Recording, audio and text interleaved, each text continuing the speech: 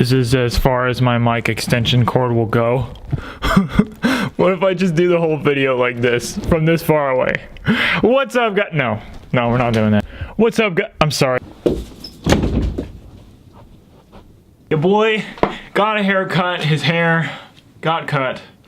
And I also got a lip cut, which isn't really the best way to describe that, but I shaved in between the shot of me in the hallway and this shot because I watched it back and I was like, oof, I need to shave. So I'm filming during like a hurricane right now. I don't know what's going on. It's like raining sideways and the trees are just going crazy, going stupid. Go crazy! Anyway, the point of this video, you know what? I'm about to say it. Stop overlooking vintage lenses. Good quality glass with a fast aperture that's good in low light with low color fringing. All of that comes into play with a lens, and that's what makes lenses so expensive. So I thought, you know what? Let's just go the complete opposite route and spend $50 on a lens and see where we get. I purchased the 28mm Canon FD. It's a film lens, so I had to also purchase an adapter. So the whole cost was about $100, which is still great. You're getting a 28mm lens. It was f2.8 for $100. 28mm f2.8 for a Canon EFS lens with like a autofocus chip would be at least $500. Okay guys, check this out guys. So I was Googling the lens I was talking about, right? But it sometimes can even be $510. Let me go get the lens. I feel like that would make a lot of sense.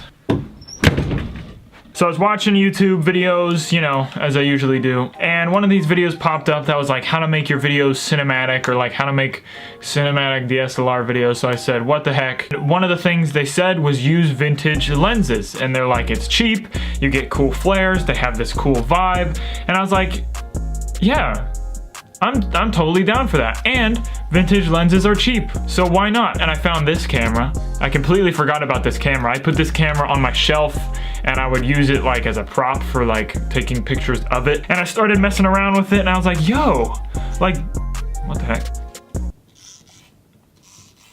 Do you hear that? This camera is hissing at me. I was like looking at it, just messing around. I was like, this is a cool lens. So I took the lens off. This is a 50mm f2 lens, and I took the lens off this camera and I just started fooling around with the lens, and I had a blast. It was fully manual. I was focusing with my pinky, moving the lens further and closer to the sensor, and it's really like a rewarding experience knowing that you did 100% of the work to get that photo. In the age of like $1,000 lenses, $1,000 camera bodies, it takes away from a lot of the process to make photographing a lot easier. And I'm not saying that's like a bad thing. When you're photographing weddings, you're getting split-second, you know, moments. You're photographing sports, you're getting split-second moments. You need that fast autofocus. You need those split-second, easy-to-do tasks that the camera can do for you. That's gonna make your life easier. Focusing is really no longer part of taking pictures because it's just, you half press, and then you're done. Using that lens, it wasn't even like on my camera, I was just holding it in front of the sensor the whole time. So I went ahead, bit the bullet, bought this Canon FD 28mm. This blue thing, first of all, that's the adapter. So really the lens is everything here up, and that's the adapter. This is a $50 lens, right? It's not gonna be as sharp as like a Sigma 35mm 1.4. 28mm, that's almost as wide as like an iPhone lens. So that's good for like wide angle portraits. It's good for like landscape shots, right? I mean, that was what I was going for. I was okay with 28mm, right? I knew that was gonna be somewhat near 35mm, but this is closer to a 50mm lens once you put the adapter on. So that kind of upset me. This lens is faster than this one by a whole 0.8 f-stop. So I was like, why did I just waste my money on this? f2.8, it's so not sharp. It's really sharp at f4. So let's get into the pros. Obviously the price, $50, amazing. You get f4, which is respectable. It's not the best, but it's good.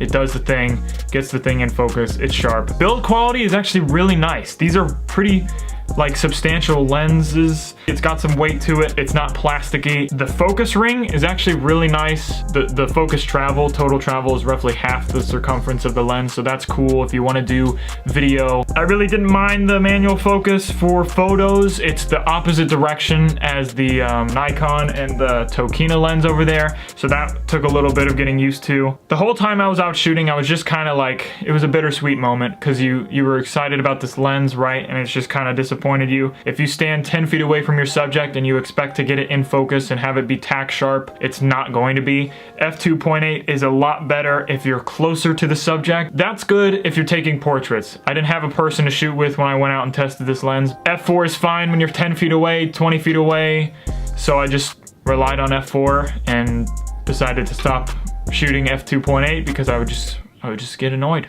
every time. This really comes down to expectations. I say these things are awful, but it's a vintage lens. I got it for $50. And if you're going for a vintage look, of course it's gonna give it to you. It comes down to expectations. If you're gonna buy a $50 lens, don't expect it to perform like a $1,000 lens. It's gonna give you a cool vintage look that really can't be replicated with other lenses. It's gonna give interesting flares because these lenses tend to be less complicated than obviously $1,000 lenses. If you go to the cheapest option first, it's only uphill from there. And if you master a vintage lens, work in the manual focus, work in the aperture, all manually, it's easier from there on. I imported the photos and I was actually really impressed with how this lens handled shots at f4. Literally the exact same quality as my kit lens, which is not really saying something, but like also saying something. It's a great lens. It gave me some great shots and I'm gonna keep using it. I think it's great for those who want to do more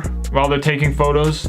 And if you're able to master that lens, then you can do anything. But anyway, that's kind of like my sort of review of the Canon FD 28mm. I didn't really find that many reviews of it. Of course, there's gonna be cheaper FD lenses and more expensive FD lenses. I think you should at least pay $50 for one because that means that it's clean. It's been used obviously, but it's in good condition. You're going to obviously need an adapter like this. This is the, what's it called? The Photodiox Pro. This was about $30, and this adapter is going to increase the focal length because it's separating the distance between the back of the lens to the sensor. If you want something wide, go a little bit wider on the focal length. That's about it. Go out and shoot with a vintage lens and see what you learn and see how you improve your photography. Thanks so much for watching. Subscribe if you want, and I will see you in the next video. Let me know in the comments if you want me to film an entire day in the vlog or an entire day in the life vlog where it's at 135mm. I think that'd be hilarious. If you say no, I'm just gonna do it. Pull a spin around, making you go dizzy. Call my phone, who is it? I think it's Drizzy. Wait, it's Dad Mob. I'll let him go next. Yeah, but my back hurts. Pull up with your son, 12 is watching, please don't run. Rich forever, having fun. You know Wiper got the funds. Link in bio, then I'm done. Grab the night without the sun. Clock expired, I just won. This song will be #1. Whoa.